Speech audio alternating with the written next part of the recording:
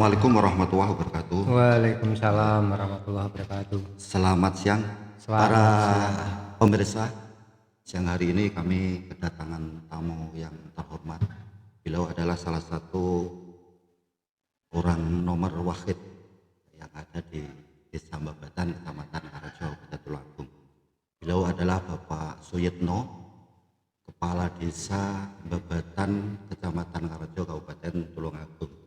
Beliau sudah menjabat 3 kali. Hari ini kami merasa terhormat beliau hadir untuk diskusi, ngobrol santai di podcast Lungguh Nggowo Aji yang kita kemas untuk podcast pada di stasiun channel kami. Selamat siang Pak Yitno. Selamat siang Pak Abdullah Hasim. Sehat ya? Alhamdulillah, walaupun bediding ya sehat. Tapi semangat. agak flu, tetap semangat. Semangat. Tapi kuruso tapi duitnya akeh. Amin. Ya, okay. Baik, nggih. Langsung mawon Pak Kades, Pak Suyitno. Pada siang hari ini kita diskusi bareng, artinya tidak ada hal yang menjadi urgent dalam perpolitikan di manapun berada, khususnya di Babatan. Ini murni adalah untuk memberi sebuah wawasan, pengetahuan, informasi kepada masyarakat, sehingga bagaimana pengabdian panjenengan di durasi 3 kali periode ya, menjabat kepala desa, kita share, kita sampaikan ke masyarakat sejauh ini bahwa keilmuan pemberdayaan yang menjelang miliki kita sampaikan ke masyarakat. Baik, yang pertama Pak, apa yang membuat Bapak menatap untuk meninggalkan zona nyaman? Sebelumnya santai, ketika itu panjenengan sebelum Kades kan menjabat Ketua Karang Taruna ya, dengan bisnisnya yang santai lah. Pengabdian panjenengan ke kepala desa ini apa tujuan awal ketika meninggalkan zona yang sebelumnya santai tapi karena beban berat menjadi seorang kepala desa? Terima kasih Pak Hasim. Sebetulnya saya menjadi kepala desa kuwi artinya tak terduga. Saya bilang tak terduga itu gini. Saat itu memang saya sebagai Karang Taruna, sebagai Ketua Karang Taruna, tidak tahu tahunnya berapa, saya sudah lupa. Setelah itu saya pergi ke Bandung, Jawa Barat. Nah di sana itu saya kerja di Yayasan Kartika Eka Paksi. Itu ada penataran atau ketatausahaan. Nah di situ tuh di akhir dari soal-soal yang saya kerjakan tuh ada cita-cita. Nah cita-cita di situ tahun 93 kalau enggak. Nah di situ saya tulis itu pengen jadi kepala desa. Nah, tapi tidak tahu itu namanya ternyata saya waktu itu pulang dari Bandung Jawa Barat itu tahun 1998. Nah ternyata tahun 2007 itu ada Pilkades. Saya waktu itu ikut panitia dan tidak kenyono-nyono dalam jangka 25 hari. Itu saya persiapan untuk Pilkades, ikut Pilkades karena waktu itu mantan waktu buka lowongan 3 kali itu tidak ada yang buka. 2 kali tidak buka, akhirnya buka lowongan ketiga saya daftar. Nah makanya kalau jenengan tanya apa motivasinya, waktu itu memang tidak punya motivasi, cuma pengen jajal awak saja. Kalau memang saya kodratnya jadi lurah ya mudah-mudahan Gusti Allah itu memberi kesempatan kepada saya, cuma itu aja. Jadi kalau ditanyakan warga biasa dan jadi kepala desa gitu ya poin warga biasa. Kalau waktu itu memang aturan dan dari mungkin begitu ketat kayak akhir-akhir tahun ini, mungkin banyak sekali yang pengen jadi kepala desa itu seperti apa. Jadi motif saya itu pengen mengabdi pada masyarakat, apa yang saya bisa saya sampaikan ke masyarakat untuk kerjasama membawa warga itu hidup sejahtera, gitu aja Pak. Baik, ya, terima kasih. Di perjalanan menjadi kepala desa Pak, berat bagi panjenengan. Nah, apa tantangan terbesar atau hal yang paling mengejutkan yang panjenengan temukan di lapangan setelah resmi menjadi kepala desa? Tantangan berat yang dominan. Oke, memang tantangan berat itu dari hati itu kan kita sebagai pelayan, Pak ya. Jadi pelayan masyarakat itu berusaha melayani masyarakat di setiap waktu, walaupun apa ya, seaturan perangkat atau pamong itu mungkin dari jam 7.30 sampai jam 4. Tapi kalau namanya di desa itu kan tidak bisa, aturan itu diterapkan kan tidak bisa. Artinya di desa itu 24 jam, jadi setiap ada permasalahan apapun, jam berapapun, kepala desa dan perangkat untuk melayani. Nah itulah kendalanya di situ, walaupun itu saya menganggap itu bukan kendala, itu apa, panggilan jiwa saja, panggilan hati saja kita harus sangat membutuhkan. Baik, itu sebagai tantangan. Nah ini Pak, tentunya harus mendengarkan aspirasi masyarakat. Nah, bagaimana cara panjenengan menyerap aspirasi warga yang perbedaan pendapat dan kebutuhan, di mana-mana mungkin ada kontroversi perbedaan masyarakat sana sini. Itu bagaimana mendengar aspirasi? Oke, kalau itu bagi saya itu nyanyian yang indah, karena kita menyadari satu desa itu ada sekian ribu kepala, jadi tidak mungkin seperti apa, menyanyikan sebuah lagu kur yang harus sama, itu jelas tidak bisa. Jadi kita harus menanggapi, menerima dan berusaha untuk memberikan apa ya, jawaban atau realisasi terbaik dari apa perbedaan itu, asalkan apa ya, permintaan ataupun pendapatnya itu tidak melebihi atau apa ya, di luar jangkauan desa gitu loh. Misalkan minta Pak ini dibereskan, itu ranahnya desa itu ya, contohnya itu memang saya selalu berusaha, karena kita apa ya, juga bekerja itu untuk apapun, dana pun untuk masyarakat, apapun masyarakat itu kadang nggak itu, walaupun ini sudah dimasukkan ke RPJM, udah masuk ke RKP, tapi masyarakat tahunya ada permasalahan Pak ini kudu dibangun saya kira, dan masyarakat kan nggak tahu itu masuk anggaran tahun ini apa enggak, tapi masyarakat tahunya ini kamu kudu dari dana ini kan seperti itu. Tapi kalau memang sudah dijelaskan dengan tarik, alhamdulillah istilahnya ya menerima masyarakat, oh memang ternyata seperti ini alurnya. Jadi kita itu tidak ada niat mempersulit untuk masyarakat, tidak ada.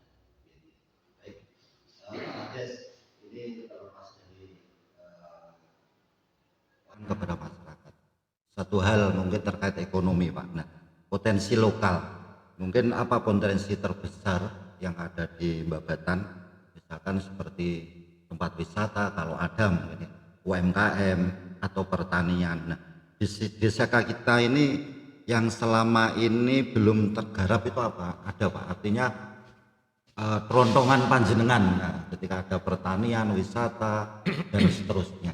Gini Pak Hasim, terima kasih, ini pertanyaannya sangat bagus. Sebetulnya dari Karang Taruna, dari pemuda itu dari beberapa tahun yang lalu itu kan kita sudah mengusulkan untuk membangun desa wisata, dan juga itu termasuk waktu itu dari dinas terkait itu memang gencar-gencarnya kalau bisa desa itu membangun desa wisata, seperti itu. Tapi saya punya pikiran seperti ini, dan juga pernah konsultasi, saya pernah waktu itu dengan beliau Pak Dikdo kalau tidak salah, pengen membangun wisata di kawasan Pereng. Nah ternyata setelah disurvei ke lokasi oleh beliau, anggarannya sekitar 1 M sekian. Nah kita harus kerjasama bagi hasil dengan PDAU kalau tidak salah. Nah terus karena biayanya terlalu mahal, saya pikir wah ini Bali esok kapan dana ini, kan seperti itu. Terus juga saya pikir lagi, desa sebelah itu kan tidak ada tempat wisata yang bagus yang menurut bagus, saya, ngerti Pak? Artinya nek masyarakat itu ndelok di desaku wis rada waleh kan lain. Maksudnya seperti itu. Jadi seakan-akan buntu. Jadi akhirnya tidak terrealisasi dan saya mikir juga kalau desa wisata itu inovasi bagus, akhirnya hanya indah di medsos. Di medsos itu seakan-akan tempat wisatanya bagus, murah, panganannya enak-enak. Ternyata setelah lihat moro pisan sudah kecewa aja. Kalau sudah kecewa besar kan ya wis rugi kan ngaten. Itu tentang wisata. Kalau tentang potensi apa ya alam misalkan pertanian, ngapunten sing kathah memang potensi desa Babatan itu kan pertanian. Sedangkan nyuwun sewu, saya itu cari generasi penerus untuk bercocok tanam atau kerja sebagai petani itu sangat susah sekali. Kalau biyen tandur matun ndak enek saiki Pak. Terus terang itu ndak ada. Jadi kesulitan kita di situ untuk regenerasi apa sebagai pekerja petani itu sangat sulit. Akhirnya seperti saya ya di Babatan ini tebu misalkan potensi tebu. Jadi yang kerja itu ya orang-orang itu saja.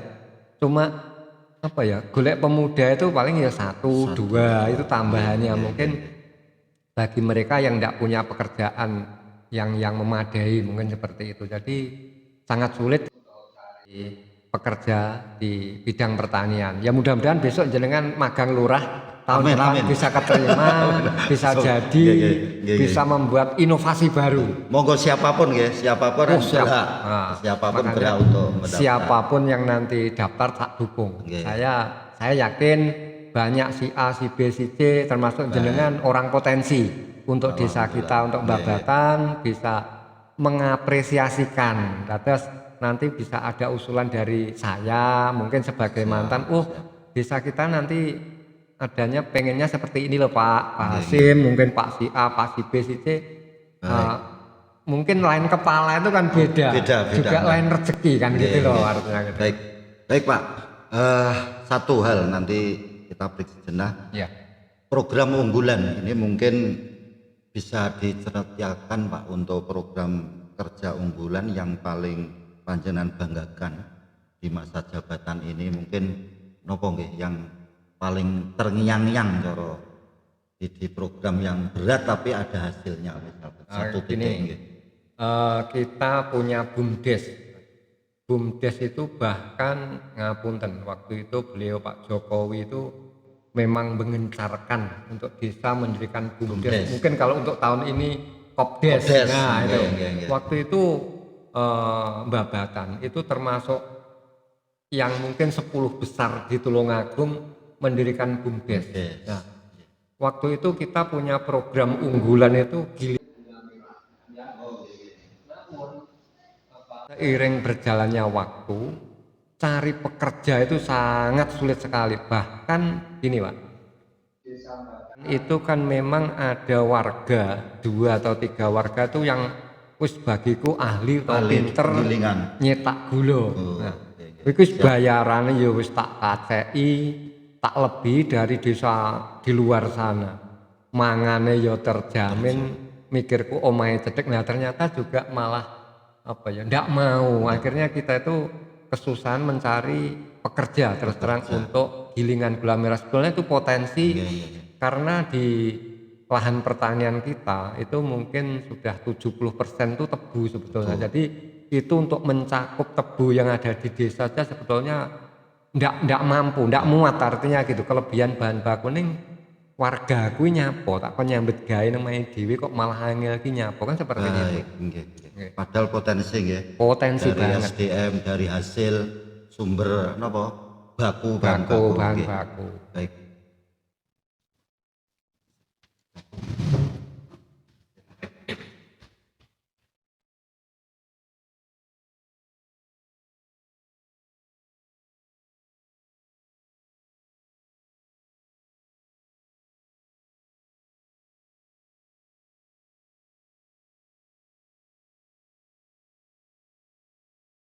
Baik, ini untuk Pak Kades, artinya ini yang paling dominan yang perlu kita jelaskan kepada masyarakat mungkin terkait pengelolaan dana desa. Nah, bagaimana panjenengan memastikan dana desa dikelola secara transparan dan tepat sasaran agar tidak memicu kecurigaan warga, karena mau tidak mau masyarakat itu ngerti ini oleh duit 1 miliar kan, tapi kadang tidak tahu secara spesifik gerambangan ngoten mawon. Artinya sebetulnya sudah ada di papan banner, baliho dan sebagainya.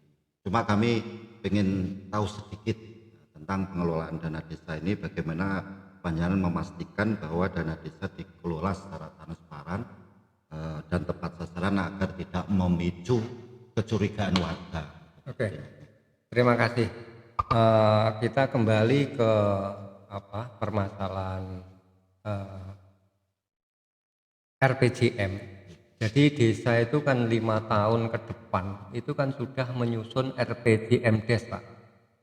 Jadi di situ sudah termasuk apapun, kebutuhan apapun, bangunan dimanapun itu sudah masuk di RPJM. Nah setelah itu desa itu ada jadwal musyawarah dusun. Jadi di situ setiap warga atau yang ikut di musyawarah itu mengusulkan apa yang dibutuhkan di dusun masing-masing. Nah setelah itu ada tim penyusun.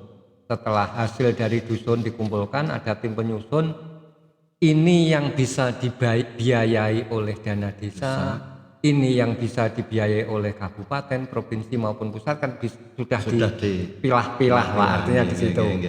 Dan ini masuk kewenangan desa atau bukan, di situ sudah dipilah-pilah. Tapi kadang-kadang masyarakat itu kan tidak ngerti Pak, ngertinya dana desa sekian, doalane angel kok ditoknya kan seperti itu. Nah, masyarakat kan tidak tahu, misalkan jalan Persilan itu misalnya, itu sudah rusak dari tahun 2018, itu sudah mulai rusak sampai sekarang itu yang awalnya aspal jadi makadam. Tapi masyarakat kan tidak tahu, ini lurah kayak ini pernah dibangun lah. Sedangkan itu punyanya PU. Desa salah kalau membangun, bisanya apa? Minta proposal, kan cuma seperti itu. Walaupun itu lewat pokir dan sebagainya. Jadi kepala desa perangkat itu jaluk. Intinya gitu Pak. Jadi kalau untuk transparansi itu biasanya apa yang akan dibangun itu sudah masuk RKP, rencana kerja. Nah setelah dibangun itu biasanya kalau misalkan proyek ada papan proyek. Nah itu sudah termasuk transparansi di situ. Nah sebenarnya gitu lah. Mungkin kadang-kadang mungkin sing TPK ku atau PKA ku itu mungkin masangnya agak terlambat itu, walaupun itu memang salah itu kan. Setelah proyek jadi papan proyek itu harus segera dipasang. Dan alhamdulillah sebetulnya pendamping untuk Karangrejo ini sangat proaktif, BPD juga gitu istilahnya, pengawasan kinerjanya lurah piye itu tak amati atau tak rasakan itu ngapunten timbang disolio ngapunten ya. Itu aktif babatan selalu 3 bulan sekali ngenek sidang pertemuan kan gitu. Jadi istilahnya kita selalu komunikasi sebetulnya dengan BPD, tapi ya namanya lek wong takok, masyarakat takok itu kadang-kadang ya itu tadi ndas lek takok kan reno. Itu saya menyadari cara bakul dagangane reno mesti sing tuku reno. Gitu loh, karena kita menyikapi seperti apa. Tapi kita berusaha transparansi 6 bulan sekali atau 7 bulan sekali realisasi selalu dipasang di papan pengumuman. Jadi ini yang sudah realisasi, ini yang belum kan itu ada. Baik, terlepas dari itu mungkin pengawasan, artinya pengawasan warga. Nah, bagaimana sikap panjenengan jika ada program yang dikritik keras oleh warga atau badan pengawas? Artinya yo koyo ngoten niku, papan nama setelah selesai nggih wis dipasang saja nih. Tahapannya juga ada musyawarah, perencanaan, pelaksanaan dan seterusnya. Tapi kadang enek warga sing iki piye? Ya contohnya posisi jalan Persilan itu kan notabene dari daerah kan ya. Kadang warga enggak tahu. Itu ada kritikan keras jenengan piye, Pak? Kalau saya terima kasih. Itu berarti mereka peduli. Nah, jadi enek apa ya keadaan sing ndak pas ning Babatan tuh ikut ngomong. Tapi alangkah baiknya langsung ke saya gitu loh. Maksudnya ojo kesusu sik ning saiki umumnya kan medsos wae. Nah, kuwi mbok yo ngoten lho. Misale Pak Lurah iki piye atau klarifikasi atau Kasum silaturahim ke piye. desa. Nah, sedangkan kita contohnya jalan misalnya. Kita itu tiap tahun Pak itu membuat proposal. Itu dari perencanaan ada itu. Kita selalu mengajukan proposal itu karena di luar dana desa itu paling tidak desa itu setiap musrenbang kecamatan itu mengusulkan 3 proyek misalkan yang tidak bisa dibiayai oleh DD. Yang prioritas misalkan 3 jalan, jembatan ataupun misalkan sumur bor dan sebagainya seperti itu. Jadi sekali lagi saya tegaskan terima kasih kritikan yang sifatnya membangun, memberi gitu kontribusi positif. Betul. Jadi itu sebagai bahan kami untuk melangkah berikutnya agar bisa realisasi kan seperti itu.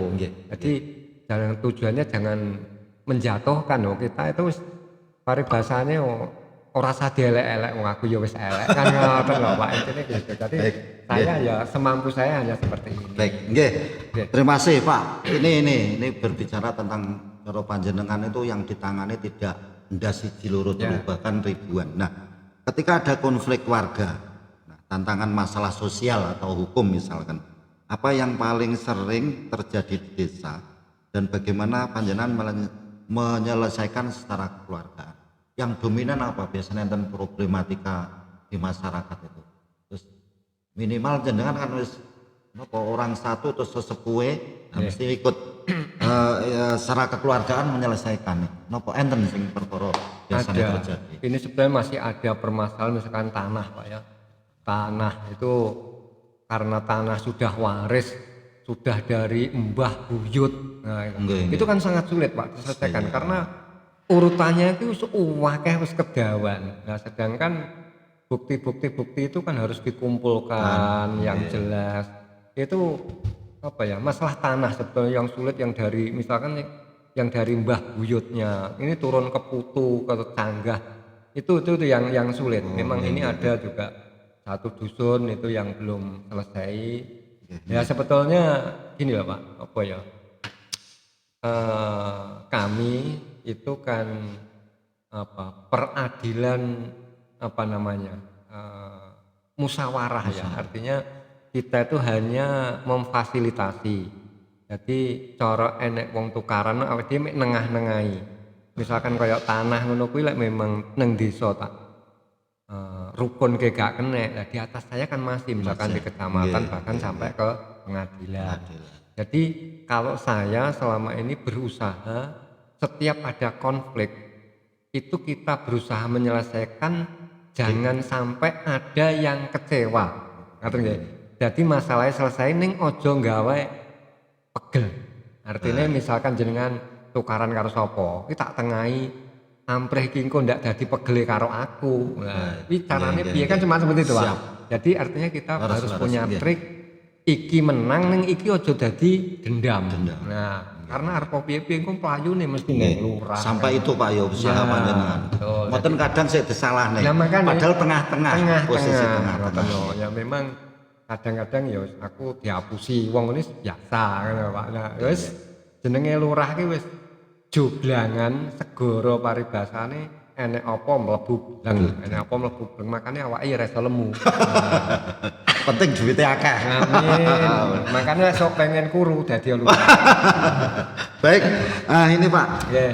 Tentang kesejahteraan masyarakat. Tentunya nanti tadi sudah berbicara banyak. Nah, langkah apa panjenengan yang diambil untuk menekan kerja angka pengangguran dan memastikan ketahanan pangan warga berjalan dengan baik. Sebetulnya warga kita harus kabeh nyambut gawe, tapi mungkin ada hal yang menurut keilmuan panjenengan, pengalaman panjenengan di pemberdayaan terkait tentang mengurangi angka pengangguran sehingga warga ini berjalan dengan sukses.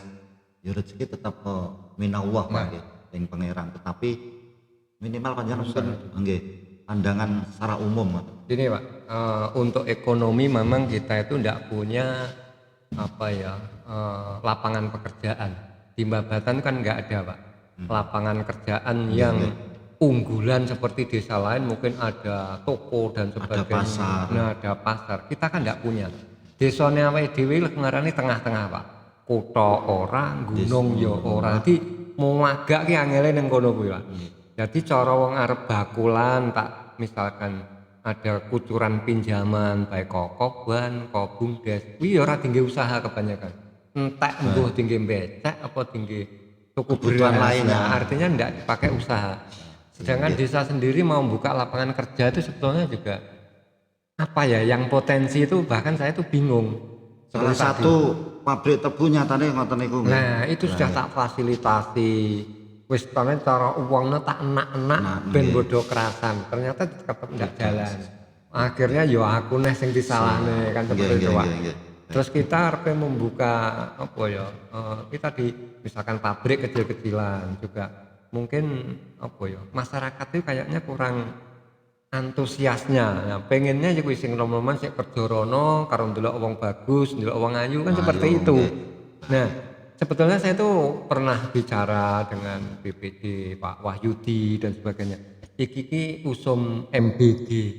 Jadi masyarakat itu cilik-cilikan ngingu pitik endok, Pak. Kuwi 10 ekor, 20 ekor lek mendino iso ngendok jane bisa MBG. dimanfaatkan Nah, itu. sebetulnya itu ngoten lho.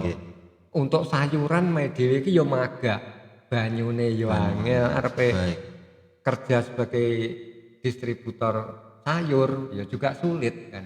Ya mudah-mudahan ya nanti kalau ada Kobdes itu bisa menampung hasil pertanian kita. Peternakan. Nah, kemarin Pak Presiden menyampaikan bahwa semua barang subsidi itu kalau tidak salah itu harus dikelola KDMP. Kemarin kan seperti itu lah. Ya sudah tahu nanti arahnya seperti apa, makanya KDMP saat ini hari ini tinggal pasang apa ya listriknya dan airnya kayaknya kan. Nah setelah itu lek wis mlaku aku tak nyawang mingko urusannya lurah berikutnya kan ngoten lah. Periode berikutnya. Iya, tak baik pekerjaan itu. Baik Pak Kades, untuk pamungkas terakhir di diskusi kali ini. Saya sangat teringat niki sing menarik. Jenengan biyen ini nama kecile koyo ada yang tersirat julukane apa nama julukane ini. Itu satu. Yang kedua, harapan apa Pak? Sebagai harapan terbesar, sebagai legasi atau warisan yang ingin panjenengan tinggalkan untuk desa kita di akhir masa jabatan nanti. Jadi niku aku mbiyen cilik aku julukane sapa kula terdengar dan yang terakhir apa yang menjadi tinggalan panjenengan di masa akhir jabatan nanti untuk pesan kepada masyarakat desa Mbabatan. Oke, terima kasih Pak Hasim. Memang nama saya tuh Suyitno ya. Kalau bapak saya manggil itu Iyit. Nah, gitu ya.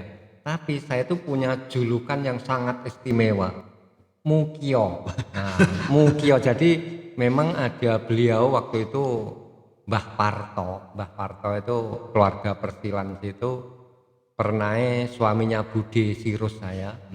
Itu ujuk-ujuk. Nah, juluki aku, wah, iki Yitno ki tak juluki Mukio. Nah, akhirnya kondang waktu itu memang Mukio. Nah, setelah saya besar itu dawe para kiai, para sesepuh. Nah, ternyata gombale Mukio ki tumbale tanah Jawa dari Syekh Subakir. Hebat toh. Dadi Mukio memang filosofi besar artinya sebetulnya. Nah, ternyata seperti itu makanya saya gombal Mukio enak-enak hargane Pak. Betul, itu ternyata katanya tumbale tanah Jawa itu gombale Mukio. Katanya itu. Jadi Syekh Subakir numbali tanah Jawa pakai gombale Mukio. Saya itu betul, walaupun itu nama sampai sekarang. Betul sampai sekarang. Mukio. Saya itu misalkan di acara apa gitu ya, suruh kenalan kalau itu di luar desa. Saya itu selalu Mukio nama saya. Walaupun itu di acara sebesar apapun. Kalau itu tidak mencangkut apa masalahnya ke kedinasan itu saya sebut Mukio. Mungkin teman-teman kesenian, teman-teman sekolah dulu. Kesenian itu kalau anak cewek penyanyi tak kok pas mana sinten Mukio seperti. Terus tadi apa? Pesan. Tinggalan. Iya. Kita tinggalan saya KDMP. KDMP. Nah, mudah-mudahan Nggih. antara KDMP, BUMDes itu bisa berjalan beriringan. Nah, jadi nanti di situ ada apa masukan-masukan ekonomi dari mana yang bisa ditangani BUMDes, ojo nerakane KDMP. KDMP ya ngono najan to iki memang programnya presiden. Ojo nyaplok takne BUMDes, ben berjalan seiringan kan ngoten lho. Nggih. Terus kita garis bawahi Pak Hasim untuk warga Mbabatan. Rezeki memang betul Gusti Pangeran sing maringi ya. Jadi sebesar apapun, sekecil apapun, tinggal kita bagaimana mensyukuri. Wong sugih itu ora mergo bondone akeh, duwe jabatan tapi iso apa ya? Istilahnya mawas diri, iso nyenengne ati, iso nyenengne atine wong liya. Dadi disitulah mungkin pahala nanti akan kita terima. Mungkin walaupun kita kalau kerja ndak boleh mengharapkan pahala. Kita kerja syukur ikhlas kuwi Gusti sing nata. Masalah pahala. Nah, masalah pahala, ganjaran dan sebagainya kuwi urusane pangeran wae ndak usah lek ngarani sapa sapa sing ketune anek abange ke sapa? Anu Gus Miftah. Kudu sing Kiai Kanjeng ya sapa? Oh, Kiai Kanjeng. Nah, kuwi lek ngarani kita jangan jual beli dengan pangeran. Artinya aku tandangi ngene aku seolah opo lah, jangan seperti itu. Jadi terus terang sekali lagi ayo kita saling membantu pada masyarakat, saling peduli, ben kabeh iki guyub rukun, intinya seperti itu. Jadi sekali lagi saya sebagai kepala desa dan juga perangkat itu memang betul-betul bekerja lahir batin untuk masyarakat. Jadi saya itu tidak punya tendensi atau politik seperti apa atau golek pamrih kepentingan pribadi. Nah, tandang ini supaya dilem wong ndak. Baik. Aku ki lek apik ya aja dilem, lek elek ya aja dilok temen-temen. Nah, gitu loh. Baik, saya kira cukup Pak di durasi 30 menit. Baik para pemirsa, hari ini kita diskusi dengan Bapak Kepala Desa Mbabatan, Kecamatan Karangrejo. Mudah-mudahan bermanfaat sehingga desa Mbabatan akan lebih baik, maju, mandiri, sejahtera. Amin. Matur suwun Pak Kades. Semangat. Semoga barokah, manfaat. Amin. Semangat. Semangat. Assalamualaikum warahmatullahi wabarakatuh.